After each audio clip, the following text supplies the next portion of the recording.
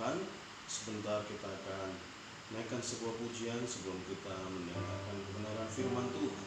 Kita angkat sebuah pujian satu-satunya yang Tuhan.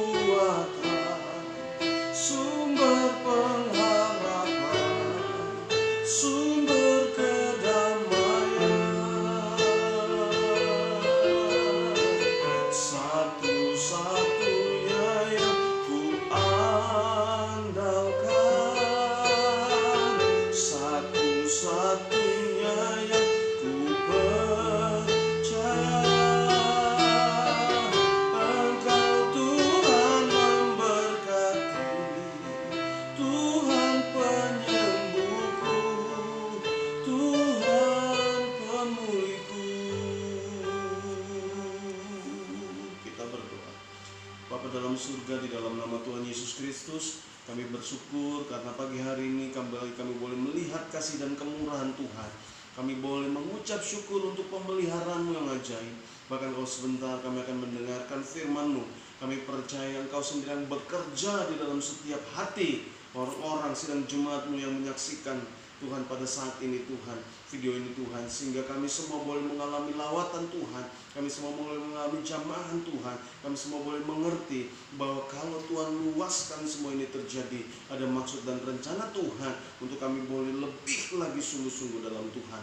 Urapi hamba-Mu dalam segala keterbatasannya, kami mengucap syukur dalam berkat nama Tuhan Yesus Kristus. Haleluya, amin.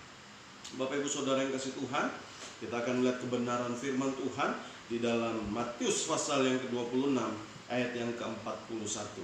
Injil Matius pasal yang ke-26 ayat yang ke-41. Kita akan baca bersama-sama firman Tuhan ini. Alkitab berkata seperti ini. Matius pasal 26 ayat 41. Berjaga-jagalah dan berdoalah supaya kamu jangan jatuh ke dalam pencobaan. Roh memang penurut, tetapi daging lemah. Bapak Ibu Saudara yang kasih Tuhan, ayat ini memberitahukan dan mengingatkan kita bahwa kita harus terus waspada, kita harus terus berjaga-jaga, kita harus terus mampu melihat dunia sekitar, kita harus memiliki satu kewaspadaan untuk kita boleh melihat apa yang terjadi di sekitar kita, sehingga kita boleh menjadi orang-orang yang terus bijaksana dalam Tuhan. Pada akhirnya kita boleh mengerti apapun yang terjadi itu dalam rencana Tuhan. Itulah sebabnya tema ini saya angkat, Bapak Ibu Saudara yang kasih Tuhan, supaya kita dapat mengerti dengan pasti bahwa persoalan itu pasti dialami semua manusia. Namun di balik persoalan itu juga kita dapat berpikir bahwa ini adalah ujian yang Tuhan luaskan untuk kita boleh mendapatkan hal yang berguna. Bagian yang pertama yang ingin saya sampaikan saat pagi hari ini ialah, Bapak Ibu Saudara yang kasih Tuhan, kita harus mengerti makna pencobaan atau ujian, Bapak Ibu Saudara yang kasih Tuhan. Kalau kita lihat dalam kitab Yakobus pasal 1 ayat 12 sampai 15, firman Tuhan bilang seperti ini. Yakobus pasal 1 ayat 12 sampai 15. Ayat 12. Berbahagialah orang yang bertahan dalam pencobaan, sebab apabila ia sudah tahan uji, ia akan menerima mahkota kehidupan yang dijanjikan Allah kepada barang siapa yang mengasihi Dia. Ayat 12 berbicara ada dua hal. Yang pertama bilang berbahagialah orang yang bertahan dalam pencobaan dan tahan uji, Bapak Ibu Saudara yang kasih Tuhan. Ya, Kenapa? Sebab kalau ujian itu datang daripada Tuhan dan pada akhirnya adalah mahkota kehidupan dalam ayat 12 ini. Tapi kita lihat ayat yang ke-13. Apabila seseorang dicobai, janganlah berkata pencobaan ini datang dari Allah, sebab Allah tidak dapat dicobai oleh yang jahat dan ia sendiri tidak mencobai siapapun. Ayat 14. Tetapi tiap-tiap orang dicobai oleh keinginannya sendiri, karena ia diseret dan dipikat olehnya. Jadi ada perbedaan yang sangat-sangat begitu signifikan.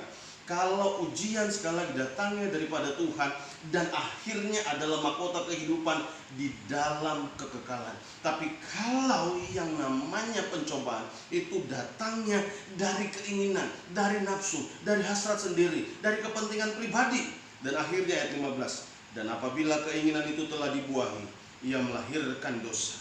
Dan apabila dosa itu sudah matang, ia melahirkan maut. Jadi yang pertama sekali lagi, kita harus dapat membedakan apakah ini ujian. Kalau ini ujian berarti kita harus terus kuat dalam Tuhan, berarti kita harus terus melakukan untuk hormat rumah Tuhan. Tapi kalau ini pencobaan karena keinginan pribadi kita, maka kita harus matikan itu.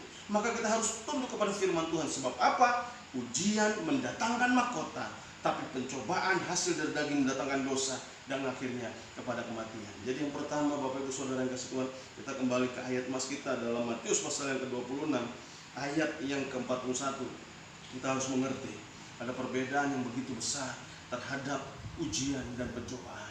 Sebelum Yesus disalib, dia mengingatkan kepada setiap orang-orang percaya yang saat itu sebenarnya adalah murid yang dikasihnya, yang dibawa ke Taman Getsemani untuk berdoa. Tapi saat ini kalau kita membacanya, berarti ayat ini juga menjadi peringatan pada kita.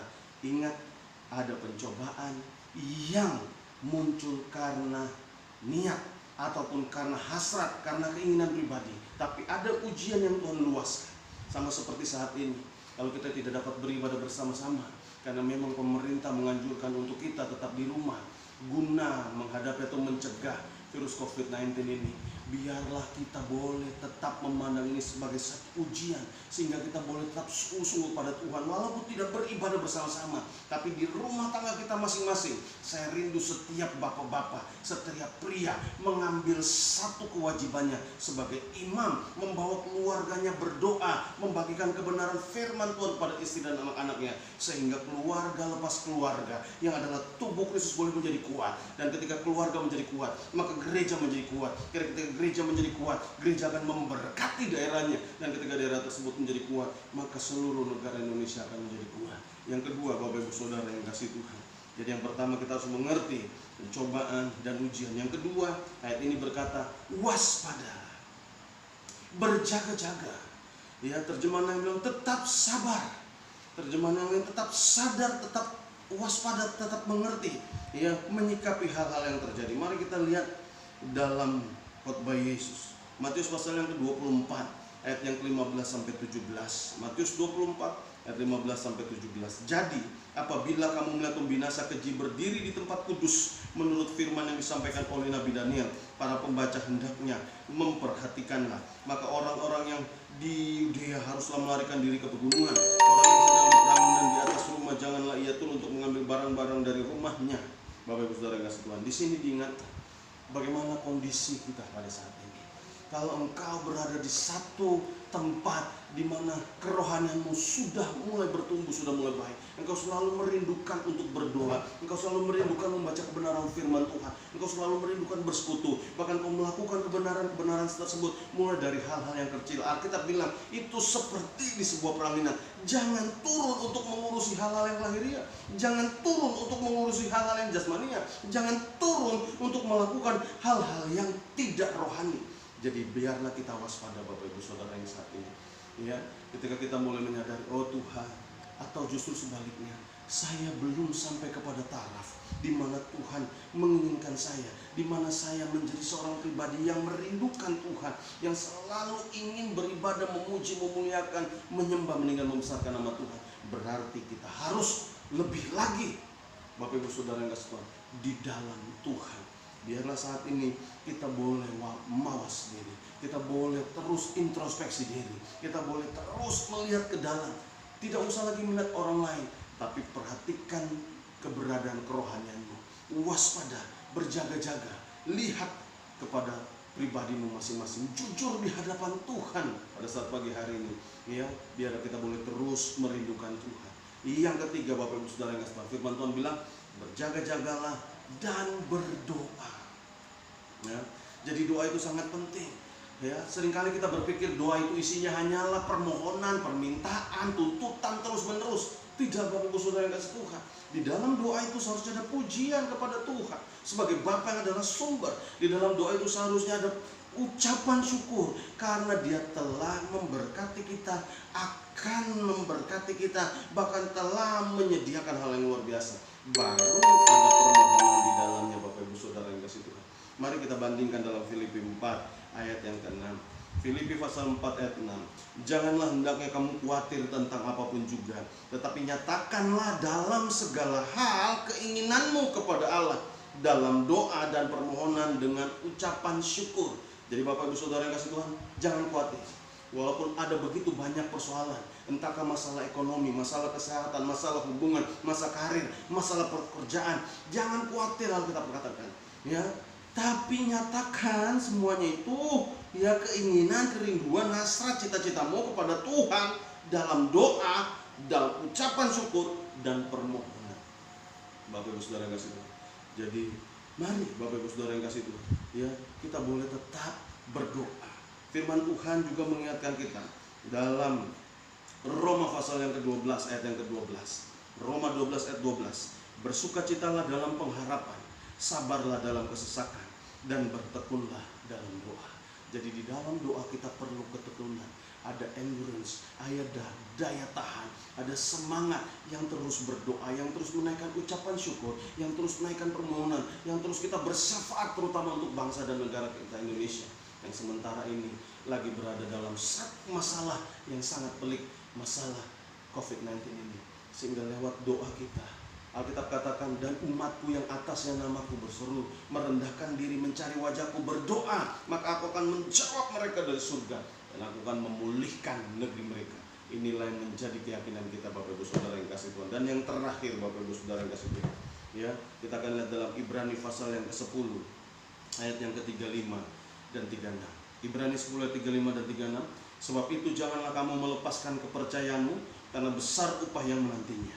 Sebab kamu memerlukan ketekunan, supaya sesudah kamu melakukan kehendak Allah, kamu memperoleh apa yang dijanjikannya itu. Setelah kita memahami ujian dan percobaan, kita tetap waspada terhadap diri kita sendiri, dan kita terus memotivasi diri kita sendiri, Bapak Ibu Saudara yang kasih Tuhan.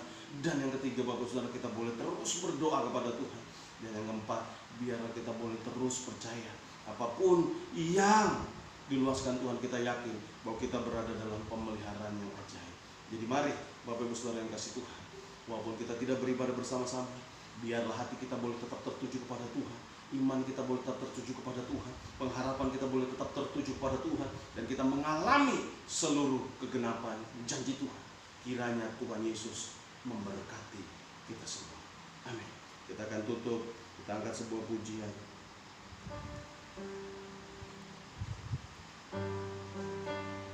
Sebab Dia hidup, sebab Dia hidup,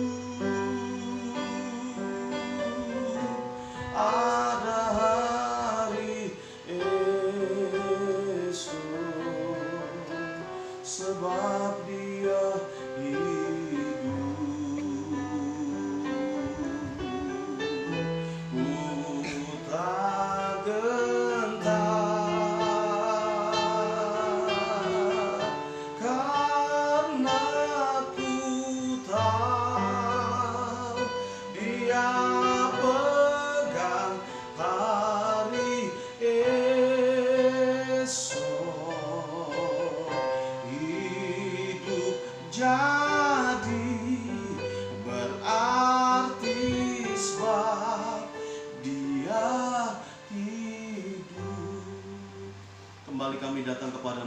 Yesus. Kami bersyukur kepadamu karena kami boleh memuji-Mu, mengingat kembali apa yang menjadi kekuatan kuasa Tuhan, bahwa Engkau Allah yang hidup mengalahkan maut, maka Engkau juga menyediakan segala yang kami perlukan. Terima kasih untuk firman-Mu, biarlah firman tertanam, menguatkan hati kami, terus membawa kami lebih dekat, akrab, intim, karib bersama-sama dengan Tuhan, mencari perkenanan Tuhan lewat doa, mendapatkan perkenanan dan jawaban Tuhan lewat iman dan ketekunan kami kepada Tuhan, sehingga kami boleh terpelihara dari segala hal yang jahat. Kami berdoa untuk bangsa dan negara kami Indonesia. Tuhan tolong, Tuhan jamah, Tuhan pulihkan di dalam nama Tuhan Yesus, sehingga bangsa dan negara kami Indonesia boleh melewati setiap permasalahan. Bahkan kami berdoa untuk setiap tenaga medis Tuhan yang menangani penyakit COVID-19 ini. Berikan kepada mereka kesehatan, berikan kepada mereka kekuatan, berikan kepada mereka semangat Tuhan. Bahkan juga orang-orang yang telah positif Tuhan menderita virus ini, Tuhan jamah di dalam nama Tuhan Yesus. Bahkan setiap kami juga Tuhan tolong pelihara seluruh sidang jemaat-Mu, Tuhan campur tangan, Tuhan memberkati. Sekali lagi terima kasih untuk firman-Mu. Kami mengucap syukur ya Bapa. Kami terima semua janji-janji-Mu ketika kami boleh tetap kuat dalam ujian, ketika kami terus berwaspada dan meningkatkan iman rohani kami, dan kami boleh terus berdoa kepada Tuhan. Maka akan kami lihat janji Tuhan. Berkati setiap sidang jemaat-Mu di dalam nama Tuhan Yesus. Mata usaha pencarian dan apapun juga menjadi kerinduan mereka, Tuhan berkati. Kami mengucap syukur dalam berkat nama Tuhan Yesus Kristus kami sudah berdoa. Haleluya. Amin.